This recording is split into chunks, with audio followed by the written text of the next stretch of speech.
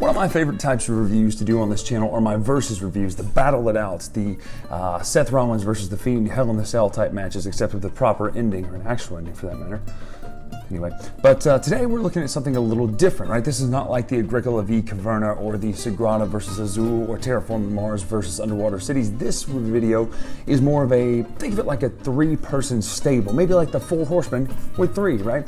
So in a sense, we're taking a look at these three games together, just to give you an idea of what this video is going to be about. We're going to do an individual overview of all three separately, a slight review of thoughts of all three separately, and then we're going to give you the breakdown of all three together. Now be warned, there are 7 different combinations of the way you can play the Century games. That would be 1, 2, 3, 4, 5, 6, 7 different ways you can play these games by combining the 3 different elements together.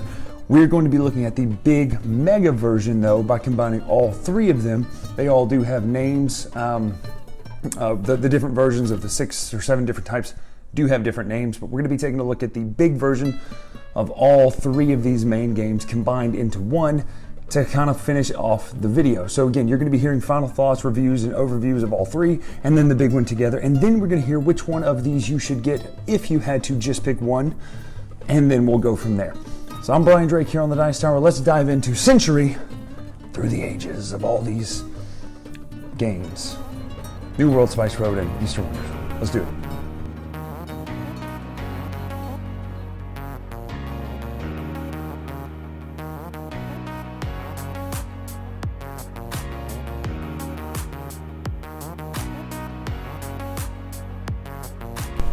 So first and foremost is Century Spice Road. It's the first one, it's the original, it's where everything got started. Also, the most simple of the games. Basically, this is a resource management game in which you're going to be using cards. This is the overview of this one.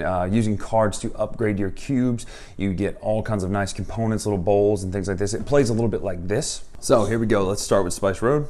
So I've done a full review of Spice Road before, so I'm not going to belabor the point right here, but everyone gets a starter deck of cards, which are denoted by the certain types of backs that are on here, which you can see. They do certain types of things, right? They would give you a couple of yellow cubes, they would upgrade 2 cubes into different cubes, right? There are victory cards out here that are things that you're trying to achieve by cashing in the cubes at the bottom for the points listed here. The game ends when the first person gets, I believe it's 5 of these.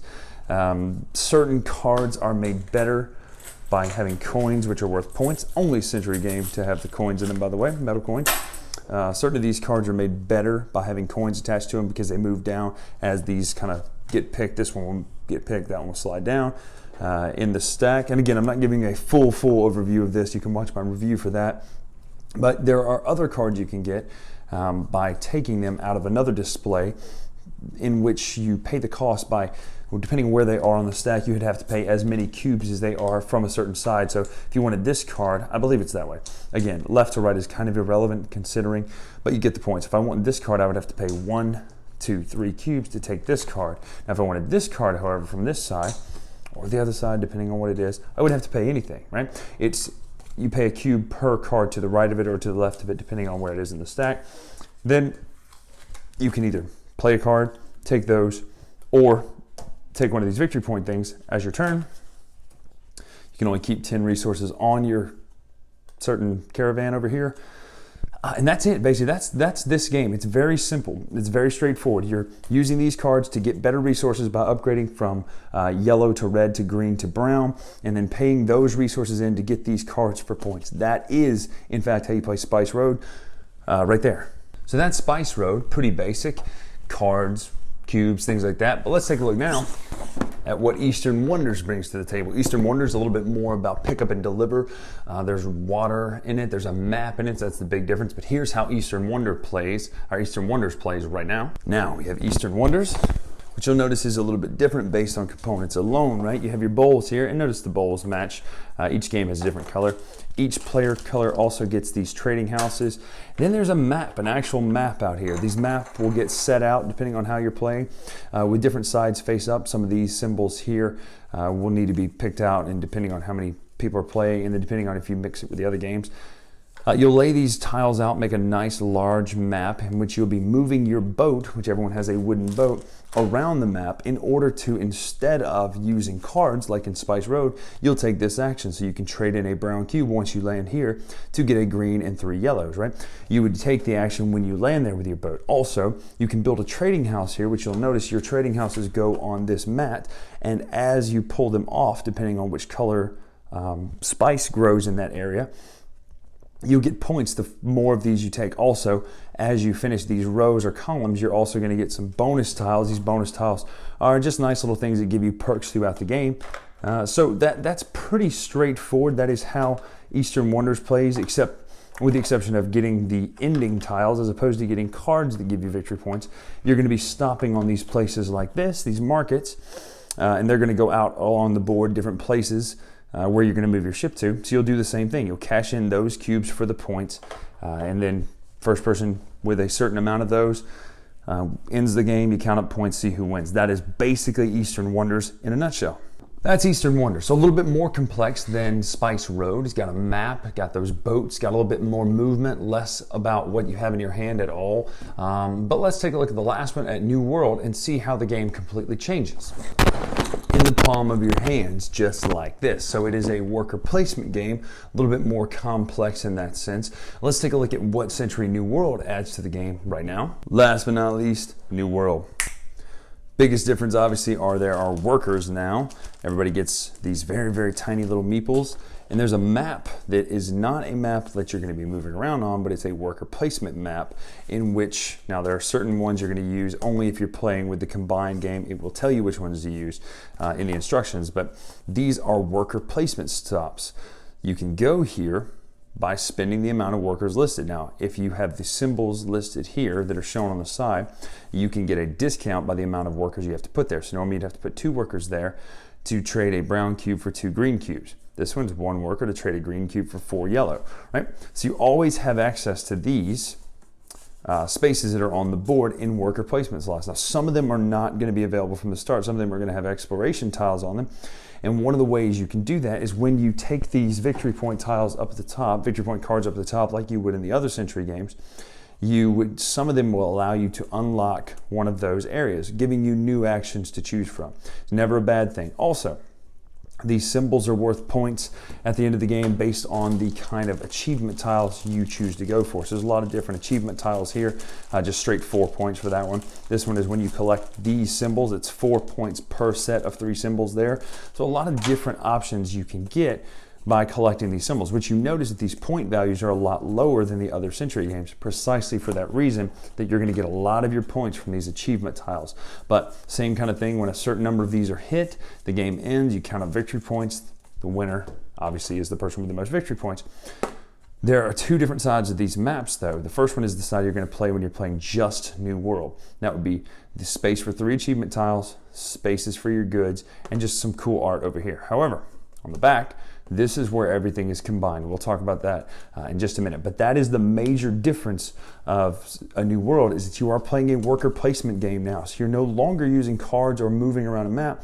You're deciding how many workers you have to use, and you're putting them out there, or you're taking them back. You might be unlocking these bonus tiles up here by going there to get them at the fort. You might be also, when you go to the fort, you can take one of the tiles up top. A lot of different options when it comes to playing this game, but it feels a lot more deeper of a game just because of the worker placement. Now, that is New World. That's it, right? You have workers this time. You're placing them out there to get the actions you need. So instead of laying cards or instead of delivering to certain islands, your actions from your workers will now give you the ability to get those cubes and upgrade them and trade and do all the things that you need to do. Plus there's some exploration and things like that. So that is all 3 of them overviewed together. Now let's take a look at what happens when you combine all 3 of these games into one giant monolithic game of Century, which I think is East to West or something. I don't know, Century, Old World to New World, something like that. It's like Century, the whole big giant world. I don't remember, but it's definitely an experience. So let's take a look at how it plays when you combine all 3 of these together. We're going to finish up by giving you some final thoughts on individuals and then the big mega version. And again, I'm leaving out the kind of half versions where you do these 2 or those 2 or those 2 because well, you'll find out in a little bit. right now. This is the game set up all together. So you have your elements from New World here, here, and here, Spice Road here, Eastern Wonders here. It's really nice to see this thing on the table. And what you do now, you have a fully functioning worker placement game with different types of actions that control each of the other types of games. What do I mean by that?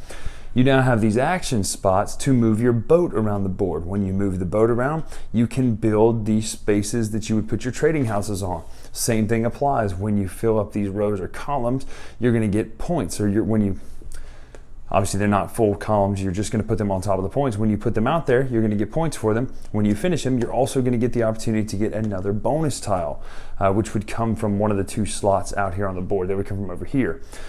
You can also, when you get a certain amount of cards, I think it's 4. When you get a certain amount of cards over here, it's 4. You can also take one of these bonus tiles from over here. So you have different opportunities to get bonus tiles since you're not getting them the way you used to over there. You also still have the same way to get the points cards up there. You also have these ways to get these upgrade actions down here, which is nice. When you take them, you get them. Always good to have that, right? So you get to score what they are. You also get the discounts. There's a couple places you get the discounts just like you would in New World. I'm not going to zoom all the way in here because I actually just want you to see the board as a whole, as a massive board that it now is. And I love it. I love that this is controlled as a worker placement game now. So all these actions are out here on the board. If you're gonna move, you're gonna do this or this or this. It doesn't change the game too terribly much other than what you don't get from those other games, right? You're not getting the other types of cards. You're not getting to go to the markets here. You're just moving the boats around to take advantage of these actions. Essentially though, you now have too many options. Not too many options in the sense that you don't know what you're going to do. You just have so many different ways to get cubes now that it becomes actually easier. It doesn't become more difficult. It becomes easier to get it. So you're going to place your workers out there. You're going to take the action. Well, you say, well, I may want to move my boat instead. Well, if you do, you're going to take the action that's over here. Let's say that you can't get a red cube, but you have a brown cube. Boom, I'm just move my boat here instead of taking that action over there. It's a lot more simple, right? Different options. You got to love different options. You got to love the fact that this stretches the game and gets all the good juiciness and essence from each one and puts it into this wonderful looking board. That is New World from east to west, Century from east to west, completely. Is that what it is? Is it from east to west? What is it called? Yeah, Century from east to west with all 3 modules together. That's it. Precarious, that's the word for this stack and the challenge of making 3 games that tie together, right? Emerson Matsuuchi pulled it off. He told me a funny story about how this all came about. You can ask him about that sometimes. I don't want to butcher the details, but let's look right now at this stack, 1, 2, 3 of games. Final thoughts on each one individually. First, Spice Row. Great next level game, but not like next level so much so that it's like full blown next level. It's more like second step, so 1.5 steps. You have Ticket to Ride, then you have Spice Road. It's a great game to get people into the hobby without being like, what? Meeples and all this crazy stuff, right? It's a good game that teaches the concept of resource management for other games, not just Eastern Wonders and, of course, New World, but also other games that involve resource management, right? How to collect them, how to keep them, how to move them. You say, but Bryan, that's silly. You're being patronizing. I'm absolutely not. Think about the first time you played a more hobby-style game with these concepts of resource management that wasn't Monopoly dollars, right? It was something totally foreign. The idea of, wait a minute, if I keep these for now, I can get them for later. We take it for granted, but it's something that had to be thought up and you had to be introduced to you, even though you're probably all very, very, very smart people, right? This concept, though, it's pretty basic, but once you know it and apply it to other games, you start to pick it up more, right? So Century Spice Road is great for that. It teaches you the basic concepts of gaming in general, as well as the system that you'll need to know for playing these other ones. Eastern Wonders, more of a board-style game. So, by the way, my thoughts on Century Spice Road, it's a little bit too simple for me to play all the time. It's a great next level game, kind of that next step game, but it's a little bit too simple for me to play by itself all the time. That's just my personal style though. Good filler game, good for game nights and such. My one knock though is it does only play 4, I believe. Yeah, 2 to 5, okay, so you have that. But for the weight of that game, it feels like it would be more fun at 6 just because of the way it plays, but that's kind of a quibble, and I'm sure it ties into the rest of the systems here. Eastern Wonders, moving around a map. I like that, right? You're getting to do more stuff. So now you're taking this concept of taking the resources, moving them up, upgrading them, changing them, but you're getting to go around a map and actually make a difference with how you choose to move. And I think that's a really neat concept. Gone are the cards, unless you combine them, but gone are the cards from before. This time it's more about how you choose to move your boat, where you choose to put your territories. I think that's nice. It's a different flavor. It's a different twist on it. So if you're playing these games individually, I'm going to pick Eastern Wonders over Spice Road most of the time, depending on the audience, right? Just because I like that board feeling, seeing it out there and tactily seeing kind of where you can place your stuff. I think that's cool. And moving your ship to where you need to go to get those actions. So it's more pick up and deliver feeling. To me, so I rate it higher than Spice Road. Last but not least is my favorite of the three, and that would be New World. Hands down, if you're playing this solo or mega, I love New World because I love worker placement games. Quick diatribe for philosophy and gaming, really quick. Think about this for a second. Risk is your area control game of the mass market that everyone knew growing up. Monopoly, kind of money management, economics game, roll and move, right? Everyone knew it growing up. Trivial Pursuit, Sorry, all these kind of basic mass market games that we have the concepts kicking around in our brain for. Think about it. What's the worker placement equivalent? There's not one, right? There is no mass market worker placement equivalent. So when you introduce people to the concept of worker placement games, it blows their hair back. And they're like, what, this is great. I can take these workers and get this action if I do this thing. It's a wonderful system that I love. It is my favorite genre of the Euro game is worker placement style games. So having this system with this ease of access, with this simple cube trading, moving things like that with a worker placement style now, I absolutely love. So this is my new go-to. Between this or the river, I will say that. This is my go-to introducing people to worker placement games. Because let's face it, most people go, what about Lords of Waterdeep? It's jarring when you get your friends who have no clue about Dungeons & Dragons. Be like, no, trust me, you're going to like it. Remember Stranger Things? They played it. This one, it's like, hey, look, we're settling the New World. You know, it's pretty basic. You're not having to get people past the concept of, wait, we're settling an island and we're trading and you won't give me a brick when I need it. I don't understand that, right? So it gets you more in that vein of here's your intro worker placement game. I love the way it plays. I like that it's fast. It's nice. My one gripe though is the workers are very, very tiny. They're very tiny, so that's a little bit of a gripe, but I like it because it keeps the map size from being too huge, because it is hard sometimes to see all those different options, especially ones that are not discovered yet, right? So I like that. I love the idea of getting the bonus tiles and playing your game towards the bonus tiles that you collect. I love any game that allows you to play a game towards the bonus tiles that you have.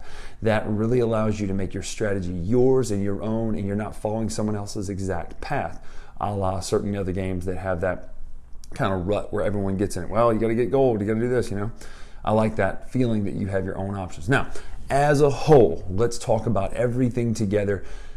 It's really, to me, fantastically done to play all three of these together because you get the best elements of all three of the games. No, not everything from each game is there, but that's okay. It's a good trade-off because you're getting some great stuff from this one, some great stuff from here, albeit not very much, but some great stuff from Spice Road, and you're putting it into the New World system, which has the worker placement basics that I love. So for me, it's fantastic to see this game all put together and on the table. It looks great. You've got your map with the water, you've got your exploration map, you've got your market tiles over there. I think it's fantastically done to put these games all together. The art is great, obviously, for all three of these games. That's one thing to talk about.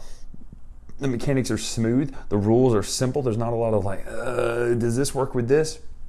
The rules are very straightforward, even for the worker placement stuff, how you get them out there, how you get them back. The rules for moving your boat, very straightforward, very simple. The rules for playing cards, very straightforward, very simple. So all of the above for mechanics, very straightforward. That's the words I keep saying.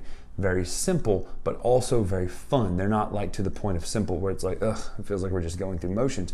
There is strategy, there is involvement there. Obviously, there's a little bit of give and take when it comes to putting your workers out because then you get a little bit of interaction. So all three together, the mechanics just work so well playing this together as one big mega game. And personally, once you get past the first two, introducing them to people, I think this is best played all three together. I love playing it all three together. Yes, it's kind of a pain to set up sometimes because you're having to take elements from all three games, put them out there, and then put all three elements back into all three games. However, it is a very rewarding experience that is well worth doing. So, To answer what I said in the very beginning of the video, let's talk about if you're going to get one of these games, which one should it be? For me, it's an obvious New World is the winner. Hands down, it's going to be the one I'm going to pick every single time if I can only have one of these. If I can only have two of these, it's going to be Eastern Wonders and New World. And then again, what I actually recommend is getting all three. Now again, that's not cheap. I know your budgets aren't always the same. Everybody who's watching this doesn't have the same budget. But I will recommend all three of these together is worth having just for the options, just for the 7 different modes you can play it in, right? 1, 2, 3 versus the 2 versus the 2 versus the 2 versus the 3, right? My recommendation is that you get all three, you play all three together. I love it. I think it's a beautiful system. I think it's cool how it came together and how it works. It doesn't feel like there was a main module and then we just started bolting stuff on and trying to make it fit and then hopefully it rolls down the hill without falling apart, right? It feels like this is like, hey, let me let you try this toast. Oh, you like toast? Why don't you try this butter on top of that toast? Isn't that great? Doesn't it make it great with butter on top of the toast? Wait a minute, you like that? What if we added a little bit of acidity to give it some balance and flavor and taste? How about some jam, right? So you get this wonderful experience that's all melded together and built up from the ground up that really just works. So I can't say enough good things about Century. All three of these games together, the mega version of these, it really is good. So art, mechanics, price is not bad either. These aren't very expensive games to start with. So yes, you're buying 3 of them, but the base games aren't that much to start with. So I usually don't talk about price, but because I am talking about 3 different games here and recommending all 3 of them, I will mention that. So Emerson does a great job. You can reach out to him too if you have questions about it. He's good about answering these kind of things.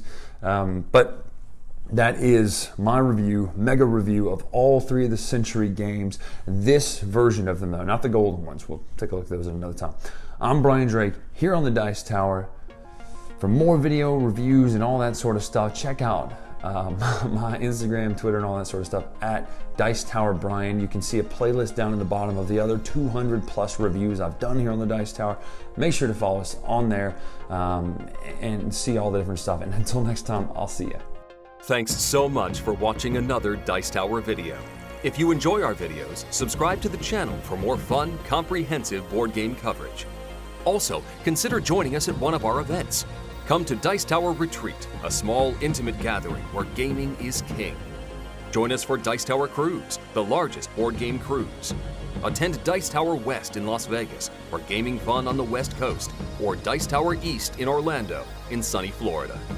Dice Tower Conventions, the friendliest gaming conventions on Earth. I'm Eric Summerer, and you've been watching The Dice Tower.